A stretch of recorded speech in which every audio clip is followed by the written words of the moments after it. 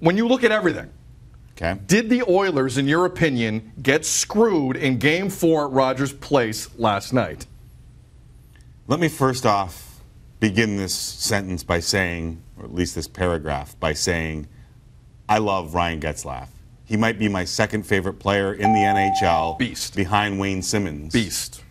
He had 4 points, and I in no way want to diminish what Ryan Getzlaf did yesterday against the Edmonton Oilers, because it was horse-like. Hell, it was thoroughbred-like, Sydney.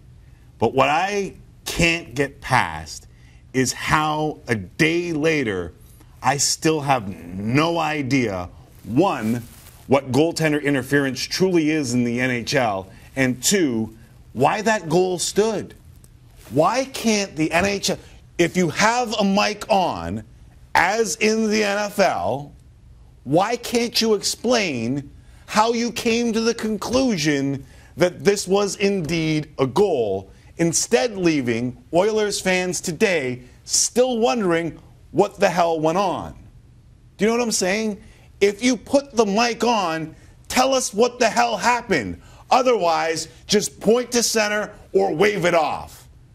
If you're just going to say that this was inconclusive, then I'm fine with it. If you're going to say that interaction outside the crease, and if we look at the Ron McLean and the boys did a fantastic job last night. They read Rule 69.4, if I'm not mistaken. It is the only explanation that I can find if an attacking player initiates any contact with a goalkeeper other than incidental contact. That is your key phrase. Other than incidental contact. While the goalkeeper is outside his crease and a goal is scored, the goal will be disallowed. So the goaltender has to be outside the crease, which Cam Talbot, at least 1/100th of his body, was outside the crease by a smidgen. And then you say Corey Perry's first contact is incidental, which creates the second contact through the blocker and allows the goal to stand. None of us heard any of that. And the explanation given by the NHL today in their situation room with slate and all says nothing. If you want to read through it, you can read through it.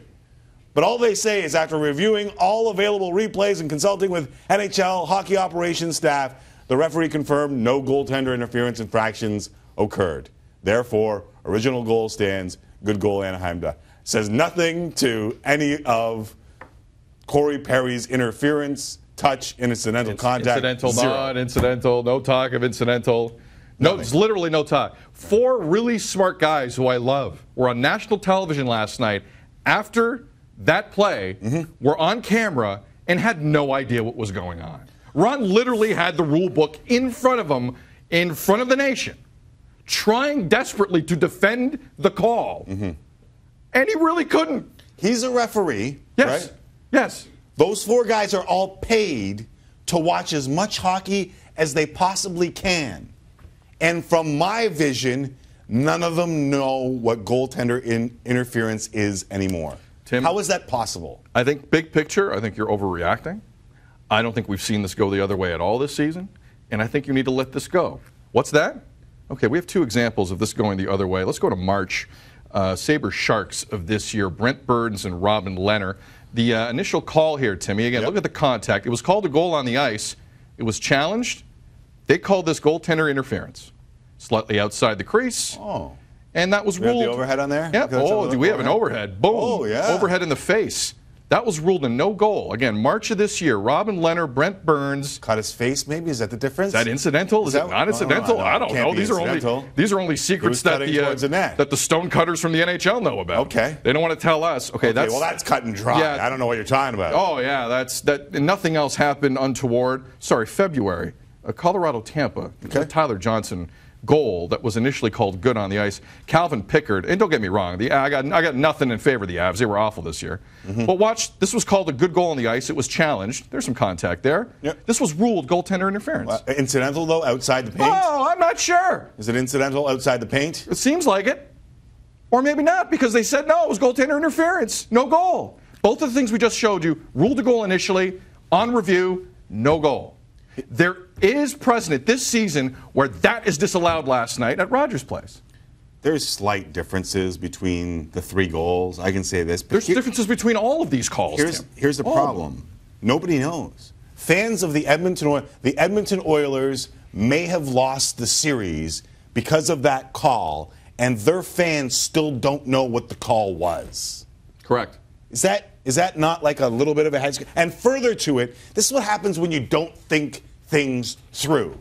If you're it wasn't inconclusive, or at least that's what we heard from the Situation Room, kind of, sort of.